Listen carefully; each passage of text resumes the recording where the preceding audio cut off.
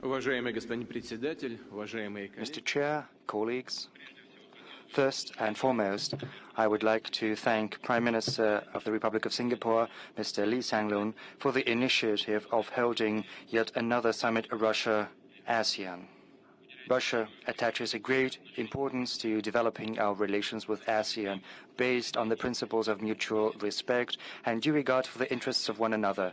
At the Sochi summit, which just has been mentioned by Prime Minister in May 2016, we adopted a declaration as well as a plan of action, which set the goal of elevating the cooperation between Russia and ASEAN to the level of a strategic partnership.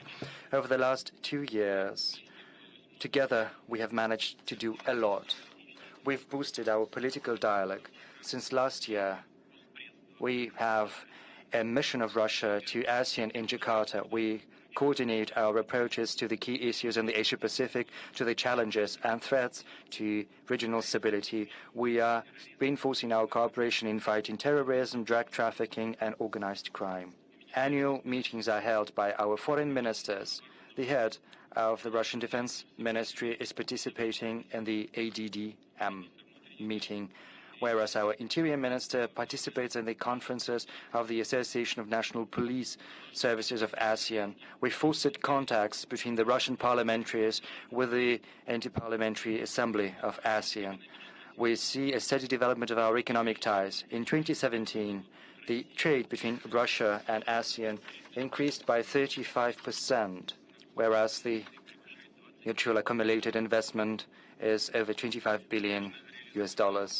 We are successfully implementing the joint roadmap for business cooperation, which comprises around 60 joint projects in industry and high-tech. We've adopted and are implementing programs of cooperation in energy and agriculture. We have in place ASEAN-Russia Business Council,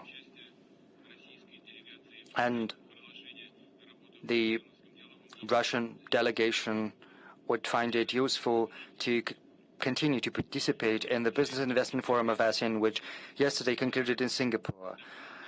In their turn, entrepreneurs from ASEAN countries are always widely represented in St. Petersburg and Vladivostok at the St. Petersburg Forum and Eastern Economic Forum. I'd like to avail myself of the opportunity to invite official delegates and business delegates of ASEAN to come to Russia to these forums in 2019. We believe it is important to foster a regular dialogue between ASEAN and the Eurasian Economic Union. An important step in that direction is the signing of a memorandum of understanding between ASEAN and the Eurasian Economic Commission.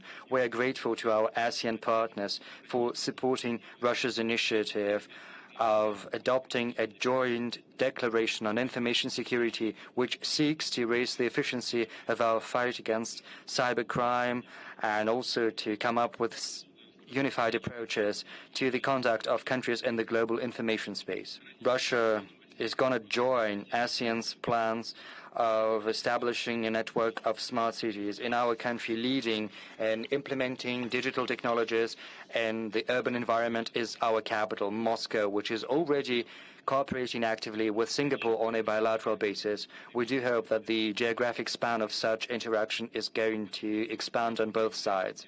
Certainly, in high demand is a close coordination of issues related to responding to disasters, both man-made and natural ones, working on an MOU and preventing and eliminating the consequences of emergency situation has already been completed. We do hope that very soon we will be able to sign this MOU.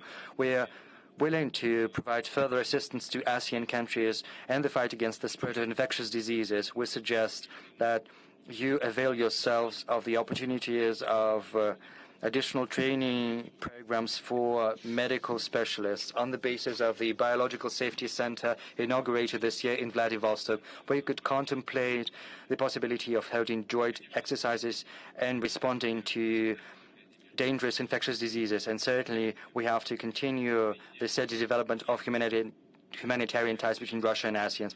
2 weeks ago in Myanmar, we had the first meeting of the working group on education. We have a plan of action in science, technology, and innovation until 2025. Since April, we have a functioning network of research centers of the leading universities of Russia and ASEAN. It would be useful to have a regular exchange of education and university forums. Such events were held successfully in 2016 and 2017 in Russia. We could reinforce ties between our young people by holding youth summits, Russia-ASEAN. The next is scheduled to be held in 2019 in the Philippines. Colleagues, I have named but the most important aspects of ASEAN-Russia interaction, the key agreements and documents drafted for the summit. I'm confident that in order to expand our cooperation, we have huge horizons, and I'm looking forward to an open and interested exchange of opinions. Thank you for your attention.